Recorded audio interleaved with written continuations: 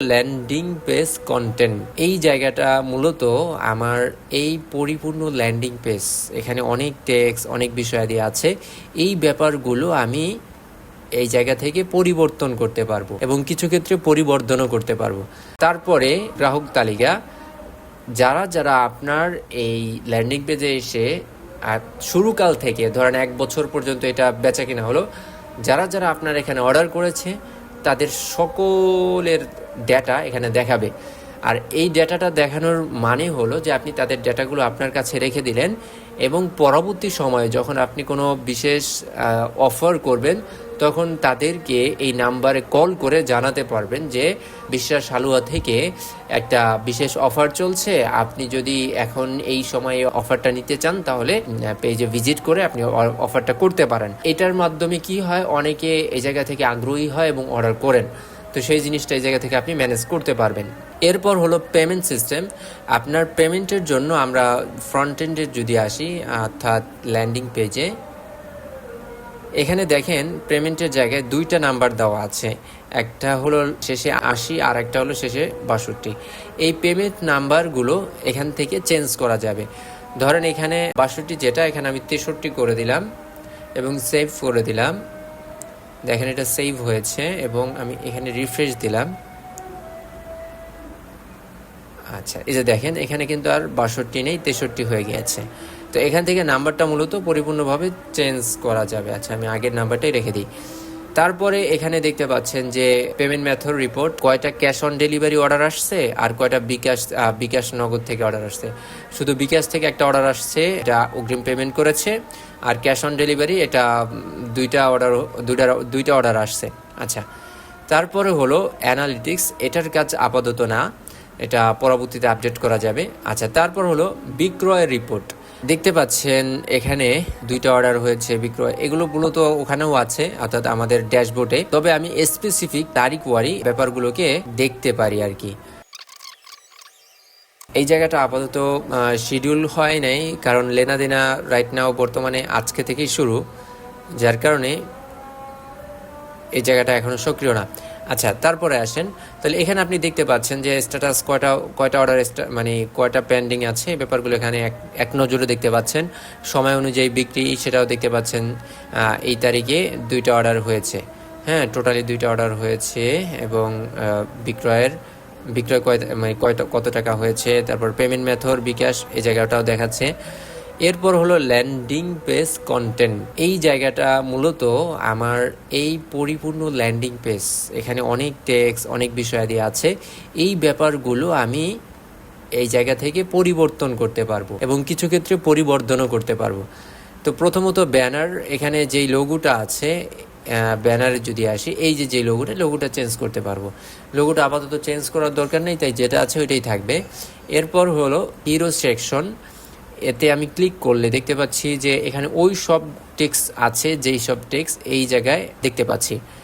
এরপর হলো এখানে আমি চাইলে এগুলো পরিবর্তন করতে পারবো। এই যে প্রোডাক্ট ছবি, এখানে যে প্রোডাক্ট ছবিটা দেখতে পাচ্ছেন, এই ছবিটা এখান থেকে পরিবর্তন করতে পারবো। ফর এক্সাম্পল আমি যদি একটা পরিবর্তন করে দেখাই, ধরেন এই ছবিটা এখানে আপলোড করছি, এটা আপলোড হচ্ছে।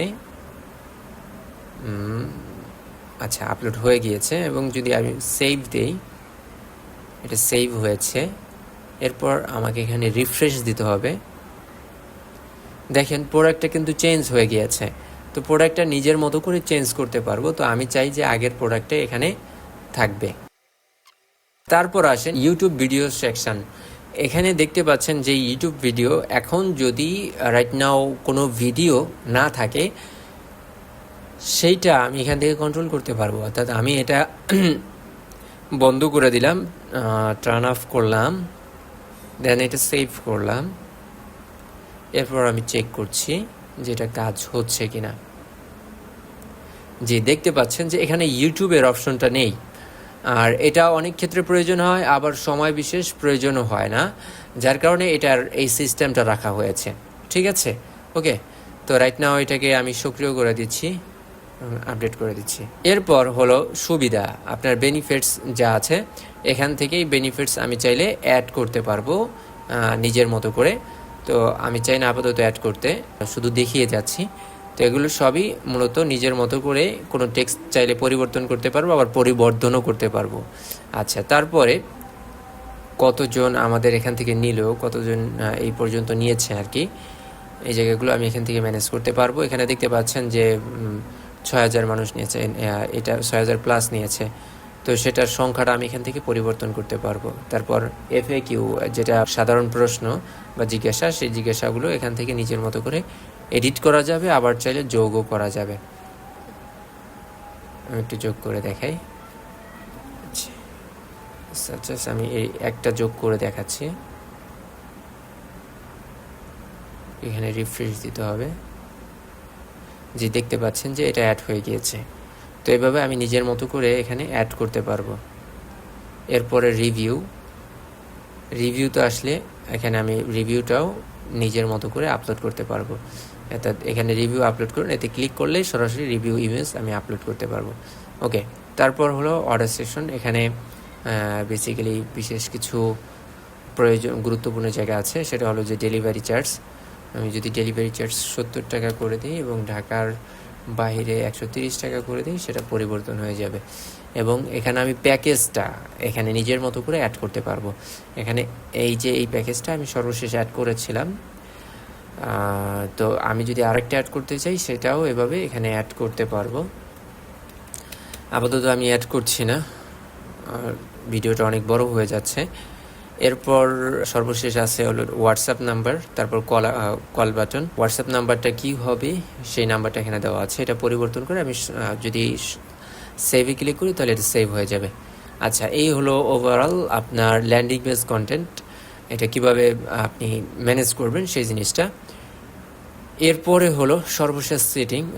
এখানে মূলত ইউজার নেম সেটা হলো অ্যাডমিন প্যানেল আছে।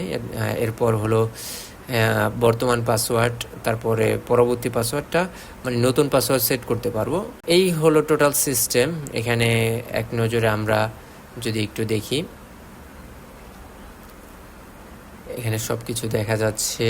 তারপরে আমরা দেখতে পাচ্ছি ওকে ওকে ওকে ওকে ওকে ওকে ওকে আমরা এখন একটা হালুয়া রিলেটেড ল্যান্ডিং পেজ কিভাবে পরিচালনা করতে হয় এই ভিডিও থেকে প্রপারলি শিখতে পেরেছি।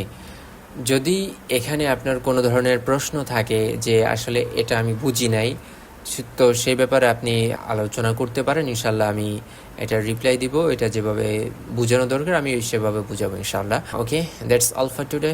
আসসালামু আলাইকুম ওয়া রাহমাতুল্লাহি ওয়া বারাকাতুহু।